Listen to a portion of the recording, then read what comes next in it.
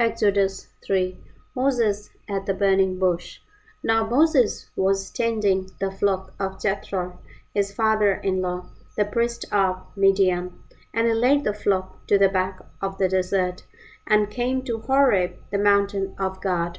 And the angel of the Lord appeared to him in a flame of fire from the midst of a bush. So he looked, and behold, the bush was burning with fire, but the bush was not consumed. Then Moses said, I will now turn aside and see this great sight, why the bush does not burn.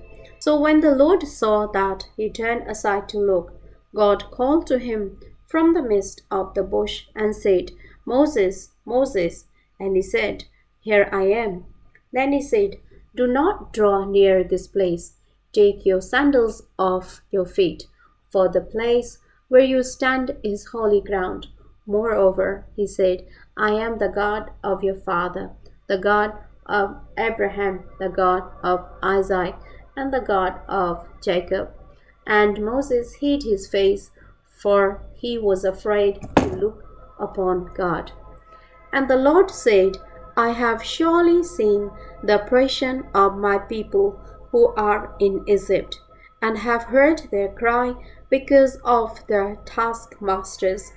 For I know their sorrows, so I have come down to deliver them out of the hand of the Egyptians, and to bring them up from that land to a good and large land, to a land flowing with milk and honey, to the people, to the place of the Canaanites, and the Hittites, and the Amorites, and the Perizzites, and the Hivitites, and the Jebusites.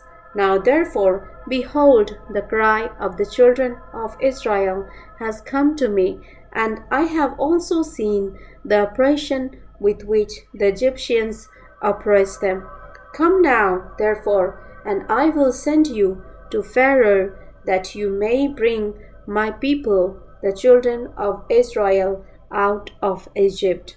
But Moses said to God, Who am I that I should go to Pharaoh, and that I should bring the children of Israel out of Egypt? So he said, I will certainly be with you, and this shall be a sign to you that I have sent you.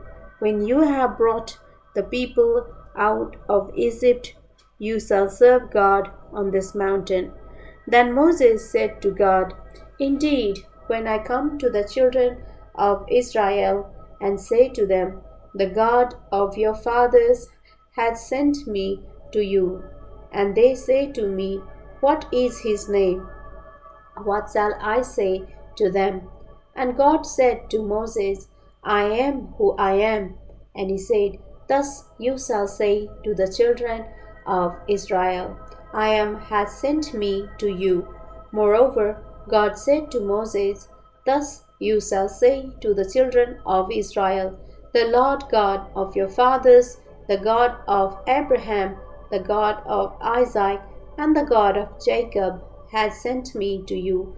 This is my name forever, and this is my memorial to all generations. Go and gather the elders of Israel together, and say to them, The Lord God of your father, the God of Abraham, the God of Isaac, and of Jacob, appeared to me, saying, I have surely visited you and seen what is done to you in Egypt. And I have said, I will bring you up out of the affliction of Egypt to the land of Canaanites, and the Hittites, and the Amorites, and the Perizzites, and the Hivitites, and the Jebusites, to a land flowing with milk and honey.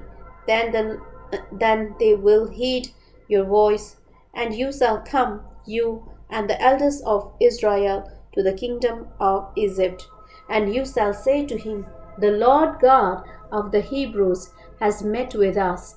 And now, please let us go 3 days' journey into the wilderness, and that we may sacrifice to the Lord our God.